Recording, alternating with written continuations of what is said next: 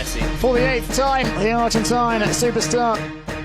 Lionel Messi ক্যারিয়ারে যত Ballon d'Or জয় করেছেন তার মাঝে কমপক্ষে 4টা ব্যালন ডিওর নিয়ে আছে বিতর্ক। বিশেষ করে 2010 বিশ্বকাপে অ্যান্দ্রেস ইনিয়েস্তার অতিমানবীয় পারফরম্যান্সের পরেও ব্যালন ডিওর বঞ্চিত হন তিনি।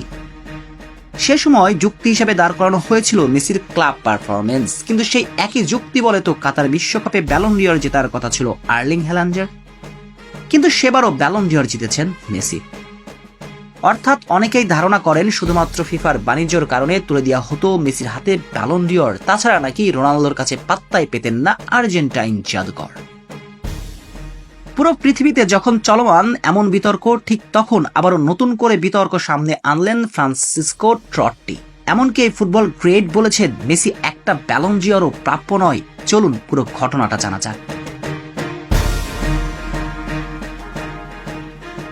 অতি ভোজনে অমিত্রেও নাকি অরুচি আসে, লিওনেল মেসির বেলায় কি কথাটা প্রযোজ্য? 8টা ব্যালন ডিওর জিতেছেন যিনি, আর তার কি লাগে?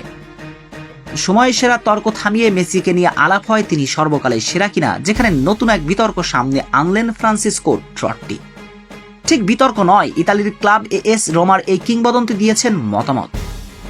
ইতালির অন্যতম সেরা এই তারকার মতে মেসি যদি রোমায় খেলতেন তাহলে নাকি একটা ব্যালন ডিওরও পেতেন না। ভিভা এল ফুটবলের এক পডকাস্টে ট্রট্টির বলয়া কথার বরাতে এই সংবাদ প্রকাশ করেছে মার্কা। ট্রট্টি বলেন, মেসি যদি আমার মতো রোমায় 25 বছর খেলতেন তাহলে কয়টা ব্যালন ডিওর পেতেন? আমি বলবো একটিও না। ইতালিতেও লম্বা সময় খেললে আমি নিশ্চিত তার ব্যালন ডিওর পাওয়া হতো না। অবশ্য এই কথার সঙ্গে রোমার অবিসংবাদিত সর্বকালের সেরা ফুটবলার মেসির প্রশংসা করতে ভুলেননি। মেসির প্রতি নিজের মুগ্ধতার কথা জানিয়েছেন ট্রট্টি। তার মতে রোমার নাম্বার 10 হওয়ার যোগ্যতা যদি কারো থাকে তিনি হলেন মেসি।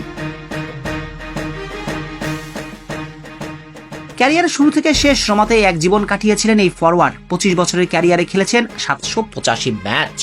এই পডকাস্টে ট্রট্টি আরো জানান, রিয়াল মাদ্রিদে যাওয়ার সুযোগ ছিল তার, সেই প্রস্তাবকে ফিরিয়ে না দিলে তার নামের পাশেও থাকতো ব্যালন ডিওর। তার মানে কি ট্রট্টি নিজেকে মেসির সমতুল্য মনে করলেন, নাকি এ নিয়ে বিনিয়ে ট্রট্টি রোনালদোকে সেরা বললেন?